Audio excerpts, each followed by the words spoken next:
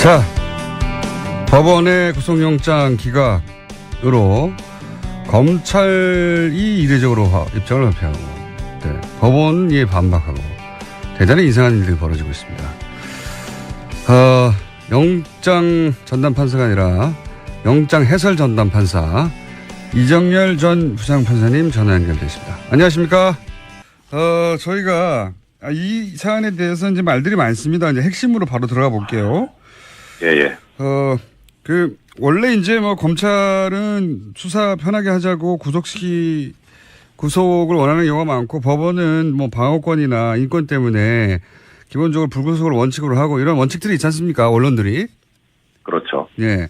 그런 원론들이 있어서, 어차피 입장이 갈리는 그 양 주체라 이렇게 정면으로 충돌하는 경우는 거의 못 본 거거든요. 저는 좀 있었어요. 제가 영장 전담할 때도. 이게 제 말은 뭐냐면, 이렇게 네. 공개적으로 그렇죠. 성명을 내가 서로 검찰과 판사가 서로를 욕하는 건 저도 많이 봤습니다. 말이 맞는데 제 말은 이렇게 국민들을 향해서 그렇죠. 예. 서로 막 성명을 내고 이러는 거는 저는 기억이 없거든요. 보통은 언론에서 취재할 때 그 답변하는 형식으로 하지 먼저 적극적으로 나서가지고 하는 경우는 저도 그렇게 본 기억은 별로 많지 않습니다. 그러니까 검찰이 열이 받았나 봅니다. 네. 자, 그러면 최근에 일련의 영장 기각 사건들을 보면서 혹시 판사님이 보시기에 영장의 발부와 기각의 기준을, 통상적인 기준을 벗어났다, 이렇게 네네. 보여지는 사건들이 있습니까? 예, 그게 이제 검찰에서도 예를 들고 있는 사건인데, 네. 일단 뭐 정유라 예. 영장 기각됐을 때, 그다음에 우병우 예. 영장 기각됐을 때, 그다음에 이재용 씨 최초의 영장 기각됐을 때, 네. 그리고 최근에 이제 뭐 카이 네. 항공우주산업 그 관련해가지고 경영지원본부장 기각된 거, 예. 예. 그리고 얼마 전에 양지회, 네, 양지회. 아주 거기도 그냥 예, 거기서 폭발했죠. 예. 그래서 거기서 아마 검찰이 그동안 쌓여 있었던 게 폭발한 것 같은 생각이 드는데 다 이상해요. 예. 이상하기는. 왜 이상한지 예. 좀 전문가로서 정리를 해주시면요. 전문가라고 하시니까 부담스럽긴 한데 일단 영장 판사도 해보셨잖아요, 게다가. 예, 그러니까 크게 보시면 예. 이 영장에서 가장 문제가 되는 게 뭐 다른 거는 큰 문제가 안 되는데 예. 도주 우려하고 증거인멸 우려거든요. 네네. 이게 글자 그대로 우려잖아요. 네네. 그러니까 이게 도망을 갈 거냐 아니면은 증거를 인멸할 거냐 미래 사실에 관한 거여가지고 네. 엄밀하게 따지면 뭐 궁예 관심법도 아닌데 어떻게 알아요 그거를. 그렇죠. 알 수가 없잖아요. 예, 그러니까 이게 결국은 그냥 가만히 놔두게 되면은 법원에서 자의적으로 판단하게 될 가능성이 상당히 높은 영역이에요, 이 부분이. 그렇군요. 예. 그러니까 불신이 쌓일 수 있는 또 문제가 생길 수 있으니까. 그래서 네. 법원 내부적으로도 그동안 영장 전담 제도가 지금 실질심사 실시된 게 거의 이제 뭐 20년 넘었는데 예. 그동안 이제 어떻게든 이걸 객관적으로 좀 기준을 마련을 해서 예측 가능성을 높여보자. 네, 그런 시도들이 계속 있었거든요. 그래서 통상적으로 이 정도면은 다들 발부하거나 기각하는 기준들이 관례적으로 쌓여왔다 이거죠? 그렇죠. 네, 예. 그렇습니다. 그래서 뭐 예를 들어 정유라 씨 같은 경우에 보면 네. 이제 도주 우려가 없다고 영장이 기각이 됐었잖아요. 네. 그러니까 결론적으로 도주는 안 했잖아요. 네. 하지만 맞아요. 없어진 기간이 엄청 이게 억지로 그렇죠. 기자들이 차단했지 않습니까? 도망가던 걸.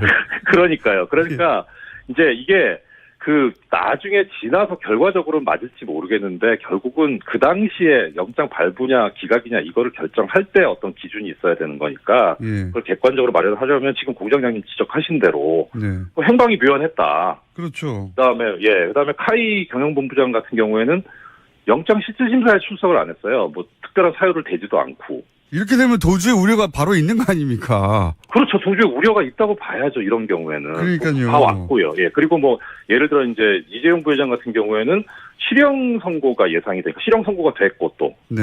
그러니까 이런 경우에는 실형 선고되면 아무래도 이제 수감 생활을 해야 되니까 그걸 겁내서 도망가지 않겠느냐라고 이제 이런 정도로 기준을 마련을 해요. 그리고 우병우 전 민정수석도 어디 갔는지 모르는 기간이 길었습니다. 그렇죠. 예. 그렇죠. 예. 그러니까 이제 제가 말씀드리는 게 그게 잘못됐다는 거죠. 그리고 예를 들어 양지혜. 증거인멸 양지혜도 그렇고 그러니까 양지혜 양지혜 같은 경우에는 예. 이제 증거인멸 우려 부분인데 예. 이제 증거인멸하는 것도 보통은 이제 이 증거라는 게 사실 뭐 예를 들어 객관적으로 100개의 증거가 있다. 네. 근데 그 100개를 전부 검찰이 찾아냈다. 그러면 사실 증거인멸의 우려가 없는 거잖아요. 그렇죠. 그런데 그게 증거가 100개가 있는지 100개인지 아닌지조차도 사실 모르는 거잖아요. 맞습니다. 네. 그러니까 검찰 입장에서는 모든 증거를 수집을 하려고 애를 쓰는 거고 당연히 그래야 하는 거고요. 근데 이때 이게 증거라고 하는 게 유죄 증거도 포함이 되지만 네. 또 이제 뭐 유죄는 유죄인데 형편없이 형을 낮게 받으면 또 안 되잖아요. 그 죄값을 치러야 되니까. 예. 그러니까 적정한 형을 받게 하기 위한 증거도 수집을 해야 되거든요. 당연히 그렇겠죠. 그렇죠. 예. 그런데 이번에 양지효 같은 경우에 뭐 몇 번 그런 비슷한 얘기가 나왔는데 기본적인 증거가 수집돼 있기 때문에 증거인멸의 우려가 없다 이렇게 표현을 했더라고요. 저 처음 들어본 말입니다. 저도 그래요. 이 기본적인 증거라는 게 뭔가. 그러니까요. 예. 이게 그러니까 정말 뭐 그 옛날에 그 보수 언론이 많이 얘기하던 아주 튀는 용어예요. 이게 생판 들어보지 못한. 그래서 이 기본적인 증거가 뭔지를 좀 뭐 어떻든 그 통용되는 용어로 분석을 해보려고 했는데 직접 증거로 이해를 할 수는 있어요. 유죄를 증명하기 위한 직접적인 증거. 근데 그렇게 이해를 할 수는 있는데 그럼 이제 아까 양형에 관련된 증거 부분은 좀 날아가게 되는 거죠. 예를 들어서 결정적 증거를 확보했으므로 이러면 그나마 조금 이해하겠습니다. 그렇죠.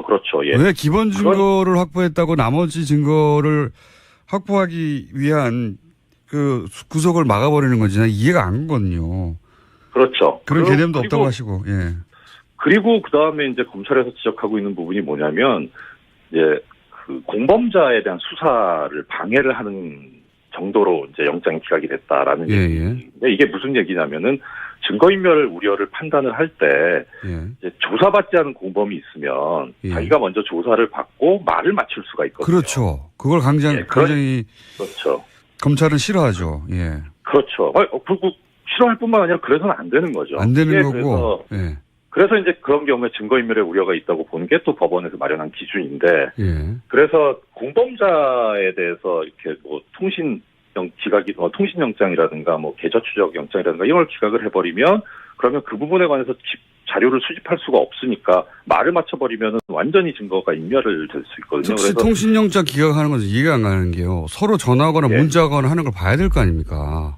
그렇죠. 그러니까 이제 다만 보통 이제 이런 경우는 있어요. 예를 들어서 범행 일시가 뭐 예를 들어서 뭐 2017년 1월 1일인데 뭐 2001년부터 보겠다 통신 자료를 하면은 아니 뭐 15년 넘은 걸 왜 보냐 이렇게 될 수는 있어요. 그러니까 인접한 부분만 영장을 발부하고 좀 먼 기간 부분은 기각을 해서 일부만 발부를 하는 경우는 있는데 통째로 그런 경우는 그렇게 많지 않거든요. 검찰에서 증거를 수집하겠다는 걸 방해를 하는 거니까 오히려 법원이 증거를 인멸해버리는 수가 되는 거죠. 아, 예리한 표현입니다. 법원이 이거 증거인멸을 돕는 거다. 거꾸로. 그렇게까지 볼 수 있다. 원장님, 우리 그런 표현 이제 안 쓰기로 했잖아요. 자, 그래서 사람들이 아니 이게 좀 영장 검사를 판사를 해보지 않아도 이상하지 않습니까 이게. 지금은 이제 전문가로서 그렇죠. 이상한 점을 전문가적으로 정리해 주시는 거고 이렇게 이상한 기각이라고 이제 검찰도 주장하고 일반인도 그렇게 느끼는데 거기 정치적 그러니까 다른 고려가 있는 거 아니냐 이런 식의 이유를 지금 정치적인 표현을 쓰지 않았지만 검찰은 그렇죠. 네네. 법과 원칙에 뭐 다른 것도 있는 거 아니야 이렇게 이제 물었거든요. 1분밖에 시간이 안 남았는데 이게 굉장히 이제 위험하다기보다는 책임을 질 수도 있는 발언이기 때문에 조심스러울 것 같긴 한데. 조심스럽게 어떻게 1분 안에 합니까? 아니, 그건 그렇고. 그러니까, 방금 공장님 말씀하신 대로. 이상하죠? 안 했는데, 이상하죠. 그러니까 뭐 몇 가지가 있는데 시간이 없다고 하시니까 하나만 좀 예를 들어보면, 작년에 중앙지법 영장 전담이 24기, 25기였었거든요. 부장 둘이. 이제 판사 한 사람, 부장 둘 이렇게 했는데, 24기, 25기가 있었는데, 올해는 그러면 이제 한 해 지났으니까 25기, 26기 이렇게 하면은 그렇죠. 대충 그림이 맞잖아요. 근데 26기 두 분이 하고 있어요. 그 의미가 뭔지? 그게 뭔지를 잘 모르겠는데 뭐 특출나게 영장 사건에 있어서 탁월한 능력을 갖고 있을 수도 있고 그거야. 판사님, 네. 시간이 다 돼서 내일 아침에 5분 더 해야 될 것 같습니다. 아, 네. 내일 아침에 뵙겠습니다. 네. 그래서 어차피 입장이 갈리는 그 양 주체라 이렇게 정면으로 충돌하는 경우는 거의 못 본 것 같거든요. 저는 좀 있었어요. 제가 영장 전담할 때도. 이게 제 말은 뭐냐면 이렇게 공개적으로 그렇죠. 성명을 내가 서로 검찰과 판사가 서로를 욕하는 건 저도 많이 봤습니다. 말이 맞는데 제 말은 이렇게 국민들을 향해서 그렇죠. 예. 서로 막 성명을 내고 이러는 거는 저는 기억이 없거든요. 보통은 언론에서 취재할 때 그 답변하는 형식으로 하지 먼저 적극적으로 나서가지고 하는 경우는 저도 그렇게 본 기억은 별로 많지 않습니다. 그러니까 검찰이 열이 받았나 봅니다. 네. 자, 그러면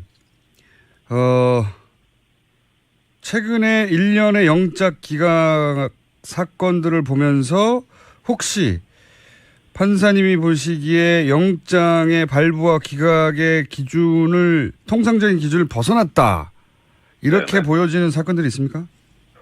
예, 그게 이제 검찰에서도 예를 들고 있는 사건인데 네. 일단 뭐 정유라 예. 영장 기각됐을 때, 그다음에 우병우 예. 영장 기각됐을 때, 그다음에 이재용 씨 최초의 영장 기각됐을 때, 네. 그리고 최근에 이제 뭐 카이 네. 항공우주산업 그 관련해가지고 경영지원본부장 영장 기각된 거, 예. 예. 그리고 얼마 전에 양지회, 네, 양지회. 아주 거기도 그냥 예, 거기서 폭발했죠. 예. 그래서 거기서 아마 검찰이 그동안 쌓여 있었던 게 폭발한 것 같은 생각이 드는데 다 이상해요. 이상하기는. 왜 이상한지 예. 좀 전문가로서 정리를 해주시면요. 전문가라고 하시니까 부담스럽긴 한데 일단 영장은 판사도 해보셨잖아요. 게다가. 예, 그러니까 크게 보시면 예. 이 영장에서 가장 문제가 되는 게 뭐 다른 거는 큰 문제가 안 되는데 예. 도주 우려하고 증거인멸 우려거든요. 네네. 이게 글자 그대로 우려잖아요. 네네. 그러니까 이게 도망을 갈 거냐 아니면은 증거를 인멸할 거냐 미래 사실에 관한 거여가지고 네. 엄밀하게 따지면 뭐 국외 관심법도 아닌데 어떻게 알아요 그거를. 그렇죠. 알 수가 없잖아요. 예, 그러니까 이게 결국은 그냥 가만히 놔두게 되면은 법원에서 자의적으로 판단하게 될 가능성이 상당히 높은 영역이에요, 이 부분이. 그렇군요. 예. 그러니까 불신이 쌓일 수 있는 또 문제가 생길 수 있으니까. 그래서 네. 법원 내부적으로도 그동안 영장 전담 제도가 지금 실질심사 실시된 게 거의 이제 뭐 20년 넘었는데 예. 그동안 이제 어떻게든 이걸 객관적으로 좀 기준을 마련을 해서 예측 가능성을 높여보자. 네, 그런 시도들이 계속 있었거든요. 그래서 통상적으로 이 정도면은 다들 발부하거나 기각하는 기준들이 관례적으로 쌓여왔다 이거죠? 그렇죠. 예. 네, 그렇습니다. 그래서 뭐 예를 들어 정유라 씨 같은 경우에 보면 네. 이제 도주 우려가 없다고 영장이 기각이 됐었잖아요. 네. 그러니까 결론적으로 도주는 안 했잖아요. 네. 하지만 맞아요. 없어진 기간이 엄청 이거 억지로 그렇죠. 기자들이 차단했지 않습니까? 도망가던 걸.